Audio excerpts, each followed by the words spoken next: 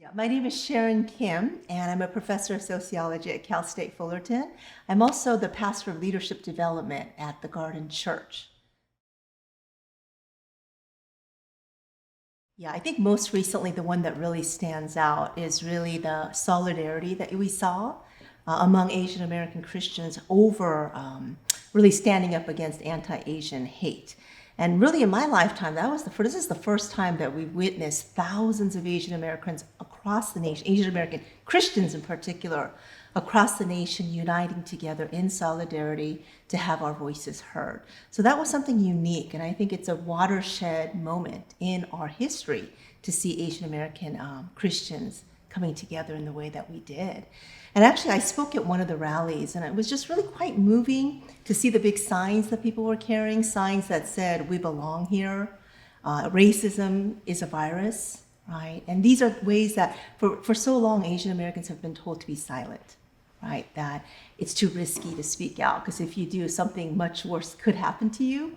So in many ways, we've been silenced, but to see that level of solidarity across the nation, for people saying, no, we're not going to be silent, and we are going to speak out. And that was something unique and really, I think, really exciting in terms of what we've experienced as Asian American Christians. But before we actually go into this, I think it's also important for us to really understand some key terms, and especially two terms that tend to be conflated together.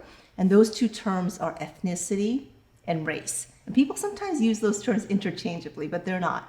And ethnicity refers to cultural variables, things like food, customs, values, nation of origin that bind people together. So an ethnic group would be like Korean, Chinese, and Japanese. But when we talk about race, when we talk about Asian, it's a different category. And it's more of an umbrella category that brings groups of different ethnicities because of the way they look. It's primarily due to those physical characteristics. And here in the United States, the term Asian American, it first gained popularity in the late 60s and early 70s. And it was a highly political term because it was a group of it was a pan-Asian solidarity, primarily among students in San Francisco State University and UC Berkeley, coming together under this pan-Asian solidarity to push for ethnic studies in universities across the nation. So it had that very politically charged nuance to the term Asian American. But today, I think that term Asian American, it's kind of describes, it's used more sort of in a neutral, descriptive way, right, to describe a certain group. But there's still a sense of solidarity. There's still a sense of a shared experience or a shared identity, and that this idea that we have something in common as Asian Americans. And at one level, the commonalities could be more like cultural things, like our values, our food, or having grown up in immigrant households at one level.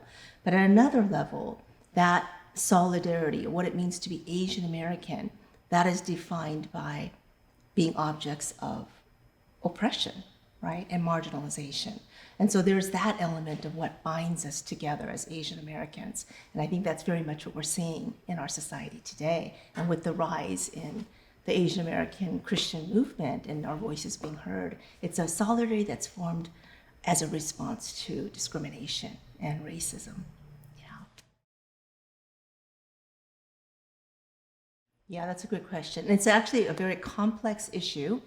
But we do know that our society is very racialized. Race is an important variable, very, very much alive and well. And we also know that racism against Asian Americans, although it hasn't really been highlighted, it's not something that's really throughout history, hasn't really gained the attention of mainstream media per se. But racism against Asian Americans certainly predates COVID-19, right? It's been around. Right? It's been around. And what we're seeing today, especially with all the rhetoric about the China virus, right, that it has its historical parallel of the racism, the xenophobia and racism against Chinese in the latter 19th century. And there was a lot of talk about how the Chinese were bringing leprosy and malaria and smallpox, and for that reason, we had to shut the doors. And those were some of the arguments that led to the passage of the Chinese Exclusion Act in 1882. So we know that racism has been alive and well. It's not something new that we're just seeing currently. And if we think about Asian Americans in this country, and we think about how they're stereotyped, how we're stereotyped, there are two primary stereotypes of Asian Americans that are both problematic. I think the first one is this idea that Asian Americans are perpetual foreigners, right? And it doesn't matter how long, how many generations your family has lived in this country. That's irrelevant. That somehow that if you look Asian, that you're foreign, that you're not truly an authentic American. And that's why we get questions, asked to us like, where are you from? Where are you really from? Or your English is so great, right? So there's this real strong sense in this country that's pretty much throughout the decades, throughout the history of the United States, that Asians don't belong here, right? And I think being in Southern California, we might experience this a little less, but we have to recognize that this is kind of an exceptional situation and compared to what Asian Americans experience throughout the nation, right? And I think recently, was it Olympian, the snowboarder, Chloe Kim? I think she came out and spoke publicly about just the incredible amount of racism she's experienced after winning the gold medal. And people have said, go back to China and stop taking gold medals from our white American girls, this kind of thing. And so she shared very openly about that. That again, she's seen as that perpetual foreigner. And, one of the things we see during this COVID season, right, is people saying, go back to China. That's one of the things. Go back we don't belong here. Take your virus and go back home. This, again, it's this perpetual foreigner that you're not American because of the way you look, right? So at one hand, we have that. I think the other real dominant stereotype that Asians, that are projected onto Asians is this model minority, right? And there is this narrative that says Asian Americans are successful in this country, educationally and economically, because of their cultural values. Values such as value for education, respect for elders, delayed gratification, and hard work. And there's nothing wrong with hard work. There's nothing for respect for education. These are all great things, right? And some people may ask the question, well, what's so bad about being called the model minority? It's actually a compliment. Why are you complaining about it? You should receive it and see it as a good thing, right? Why are you upset about model minority, right? Well, the answer to that is the model minority is not a compliment, right? I think the main problem with this model minority myth is that it pits Asian Americans against other minority groups, right?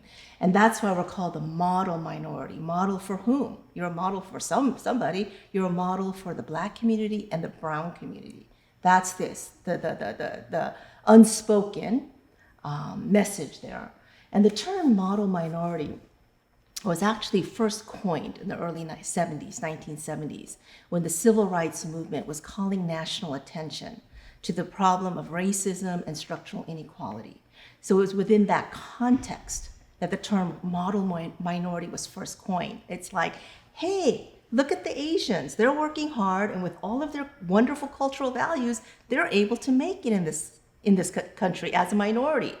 So Black communities and brown communities stop complaining about structural inequality and just follow the model minority. So it was really pitting one group against another. And the other reason why it's so problematic is because the model minority myth focuses on these supposed cultural variables without taking into account structural realities. And those structural realities are really important because the majority of the East Asian Americans that you see today, the overwhelming majority came after the enactment of the 1965 Immigration Act. And that act was huge in shaping the demographics of the Asian American community, because that act privileged immigrants who have education and who have professional skills that this country needs. So there was a brain drain from Asia. There was a selective immigration. So when we look at East Asian immigrants, they came with education, they came with skills, they came with money, they came with immigrant optimism. So there were all these structural realities that are not taken into account. And so when you see that and you're comparing, and you see that the children that grew up in these households, they benefited from these structural privileges, right? So it doesn't make sense, really. That, along with the fact that Asians, Americans haven't experienced hundreds of years, right, of oppression in this country.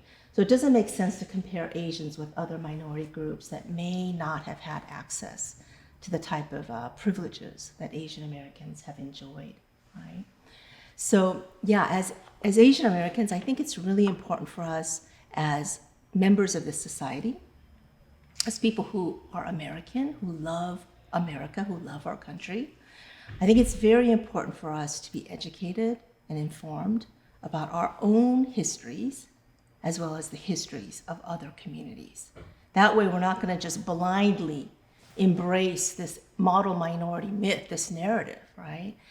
And for us, as a church, during the pandemic, last year, my husband and I, we pastored a church.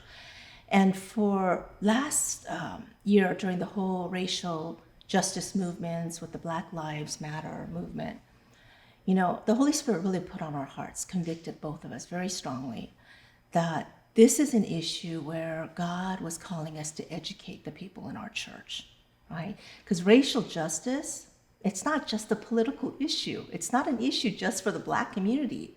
It's a problem that all Christians, we need to wrestle with. And so we really felt that the first and most important step is to inform and educate the members, to disciple our church members so that they have an understanding of the African American, the Black experience in this country. And when you have that understanding, you grow in empathy, right? And you grow in a passion to stand up for justice.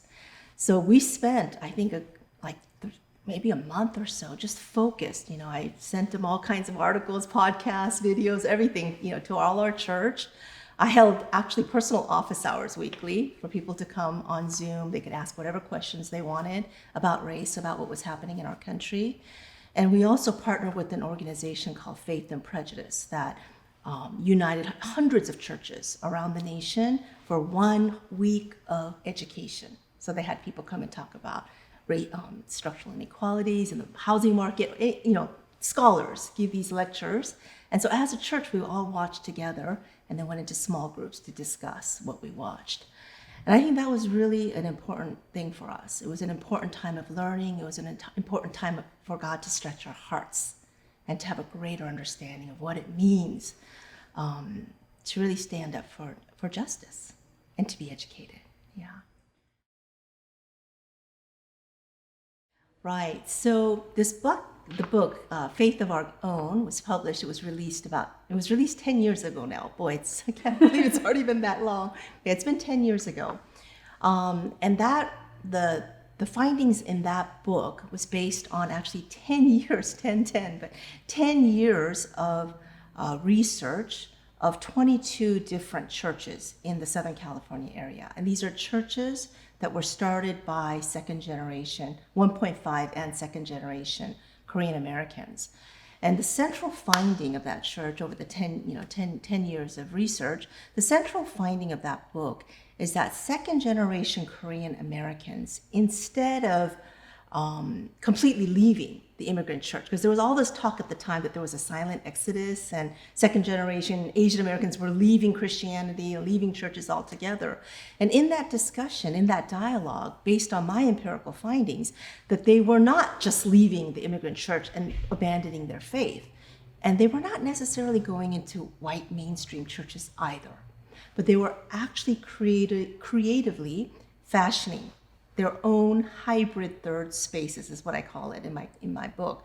Hybrid third spaces, so independent churches, where they were in a way, these independent churches were functioning in a way like spiritual laboratories, where they were fashioning a unique spirituality. So in my interviews with the pastors of these churches, there was a real sense that they wanted to create sort of an amalgam, a unique expression of spirituality, where they were taking what they saw as the best parts of Western Christianity and the Korean immigrant Christianity, and creating a hybrid spirituality. So that was something that I thought was fascinating, and I've documented in that book. And if someone were to ask you, what were some of the strains?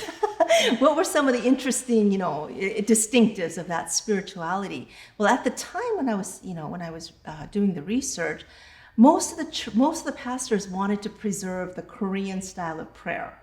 That emphasis, that passionate spirituality, that kind of the spirituality that embodies your body, your emotions and everything, that hot, fiery spirituality. And it shows up in prayer, 동성기도, it shows up in, early morning prayer, 새벽기도. So all these different expressions of spirituality, that was something that they wanted to incorporate in their churches.